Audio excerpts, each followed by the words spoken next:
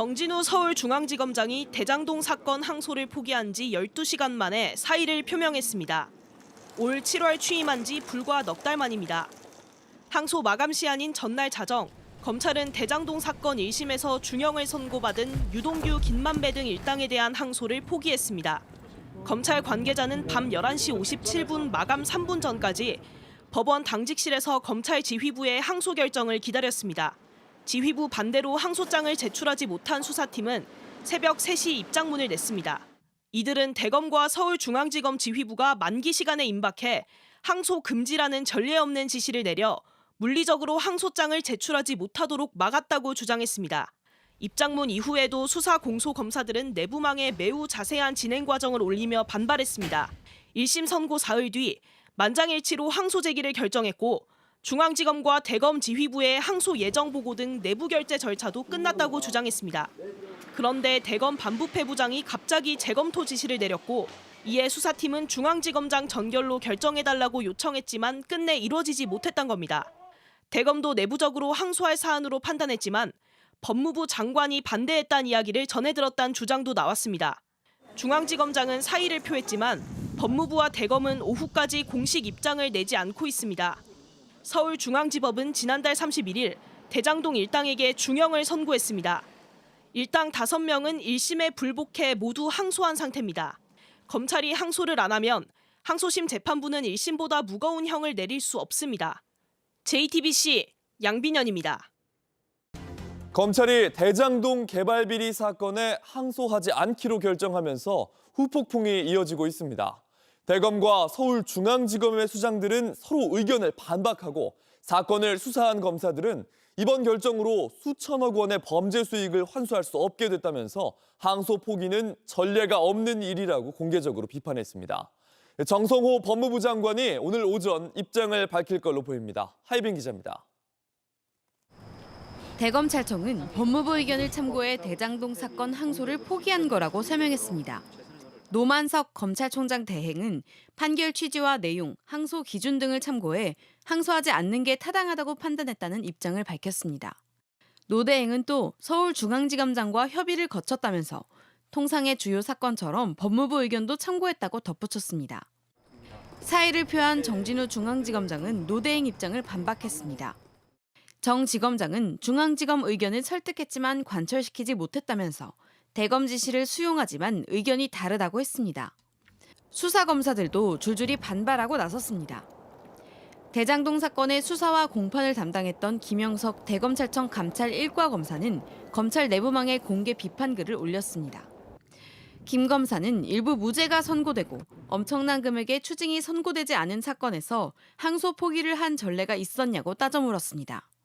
또 1심 재판부는 유사 사례 법리만을 토대로 추징하지 않았다면서 항소 포기로 상급심 판단을 받을 기회조차 잃었다고 꼬집었습니다.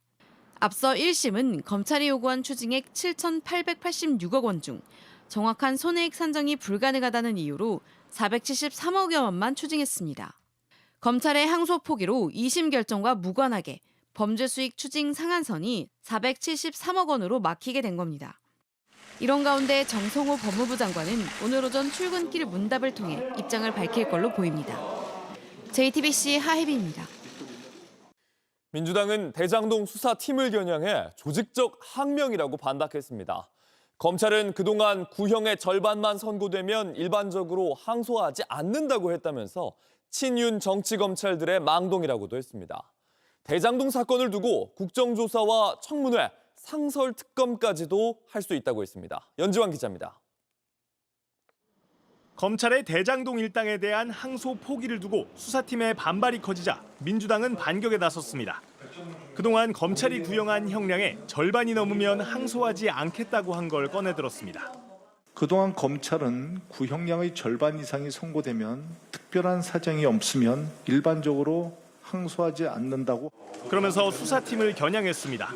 수사팀은 일부 무죄가 나오면 기계적으로 항소하는 것이 관례라는 이유로 항소를 고집하면서 조직적으로 반발하고 있습니다. 김만배 씨와 유동규 씨가 각각 징역 8년에 처해지는 등 모두 검찰 구형량의 절반 넘게 선고됐다는 겁니다.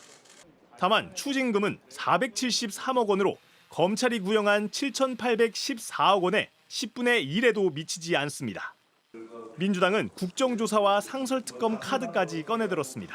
이명박 정권 때, 박근혜 정부 때 찍찍소리나 했습니까? 하자고 그러면 받겠습니다. 국정조사, 청문회, 그리고 상설특검 다 받을 겁니다.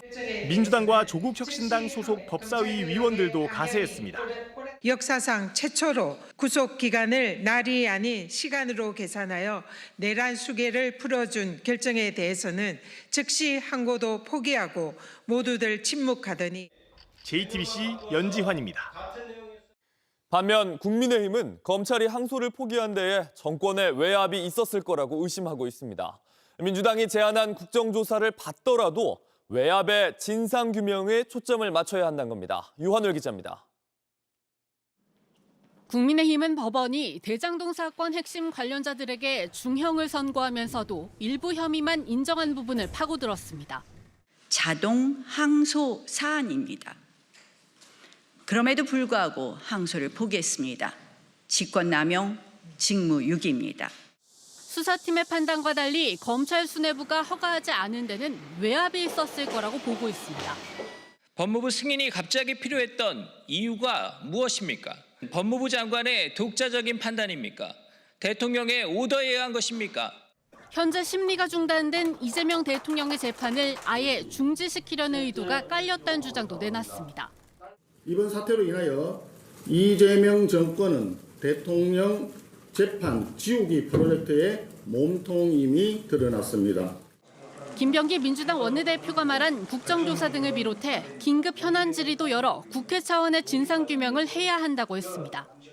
다만 진상규명의 초점을 외압에 맞춰야 한다면서 수사팀의 조직적 항명이라고 한 민주당 입장과 결을 달리했습니다.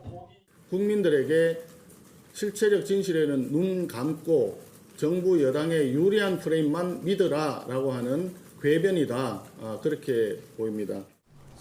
국민의힘은 또 대장동 개발 이익 환수도 사실상 어렵게 됐다는 주장을 펼치면서 국가의 손해배상 청구 대상이다, 정성호 법무장관 등의 재산을 대신 동결해야 한다고 목소리를 높였습니다. JTBC 유한울입니다.